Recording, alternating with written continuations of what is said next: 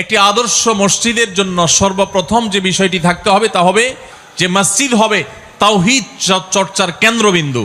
এখানে কোনো শিরকের নাম গন্ধ নিশানা থাকতে পারবে না। মসজিদে প্রার্থনা করবে শুধু আল্লাহ রাব্বুল আলামিনের কাছে। এখানে সেজদা হবে শুধু আল্লাহকে, কোনো কবরকে না, কোনো মাজারকে না, কোনো পীরকে না, কোনো জীবিত মৃত কোনো ব্যক্তিকে না, কোনো অদৃশ্য শক্তির কাছে কোনো সহযোগিতা চাওয়া নয়। একমাত্র সহযোগিতা চাওয়া হবে, সাহায্য চাওয়া হবে শুধু কার কাছে? আল্লাহ রাব্বুল আলামিনের কাছে।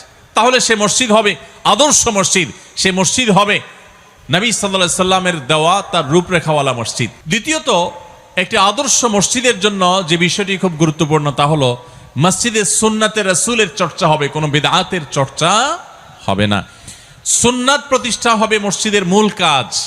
প্রত্যেকটা কাজে প্রিয় নবী সাল্লাল্লাহু আলাইহি সাল্লাম কি করেছেন, বিশেষ করে ইবাদতগুলো, ইবাদতের ক্ষেত্রে প্রিয় নবী সাল্লাল্লাহু আলাইহি সাল্লামের আদর্শ কি আছে, তার সালাত কেমন ছিল, তার নামাজ কেমন ছিল, তার রোজা কেমন ছিল, তার দোয়া কেমন ছিল, তার তিলাওয়াত কেমন ছিল, তার দুরূদটা কিভাবে পাঠ করা হতো, তিনি কোন আমলটা কিভাবে করতেন, সেই সুন্নাতগুলো প্রতিষ্ঠা করা হবে মসজিদের প্রধান কাজ। কোন মসজিদ যদি সুন্নাহ প্রতিষ্ঠা করে সর্বস্তরে, তাহলে সেটি হবে আদর্শ একটা মসজিদ। তৃতীয়ত, মসজিদ যেহেতু আল্লাহর ঘর এবং সেখানে যেহেতু তাওহীদ প্রতিষ্ঠা করতে হবে, এটাকে কেউ ব্যক্তিগত খবরদারি প্রকাশের জায়গা হিসাবে গ্রহণ করতে পারবে না।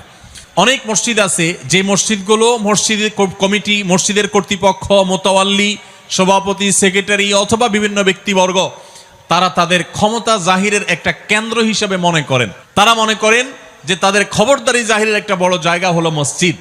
মসজিদ হলো গোলামি প্রকাশের জায়গা।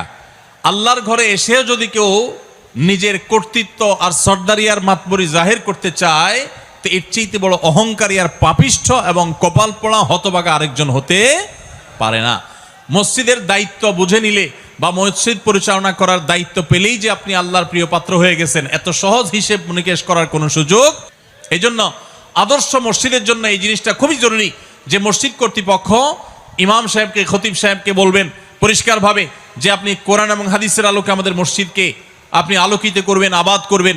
কোরআন হাদিসের বাইরে মন গড়া জিনিস আমরা চাই না। আজকাল সেই মসজিদ কমিটি খুব কমই পাওয়া যায় যে মসজিদ কর্তৃপক্ষ ইমাম সাহেব, খতিব সাহেবকে সে ফ্রিডমটা দেন, তাদেরকে সে স্বাধীনতা দেন, তাদেরকে তাদের কথা বলবার সুযোগ দেন। অবশ্য ইমাম খতিবদেরও দায়িত্ব আছে মসজিদ কমিটিকে বুঝিয়ে তাদেরকে কাউন্সিলিং করে তাদের কাছ থেকে বেশটা আদায় করে নেওয়া এবং মসজিদকে আদর্শ মসজিদ হিসাবে গড়ে তোলা। ভাইরা আমার, একটি আদর্শ মসজিদের জন্য আরেকটি গুরুত্বপূর্ণ যে বিষয়টি দরকার সেটি হলো মসজিদে ইমাম এবং খতিব মুয়াজ্জিন যারা থাকবেন এটাকে তাদের পেট পালার মাধ্যম হিসেবে গ্রহণ করবেন না। শরিয়াত দৃষ্টিকোণ থেকে ইমামতি, খতিবগিরি করে টাকা নেওয়া, বেতন নেওয়া জায়েজ হলে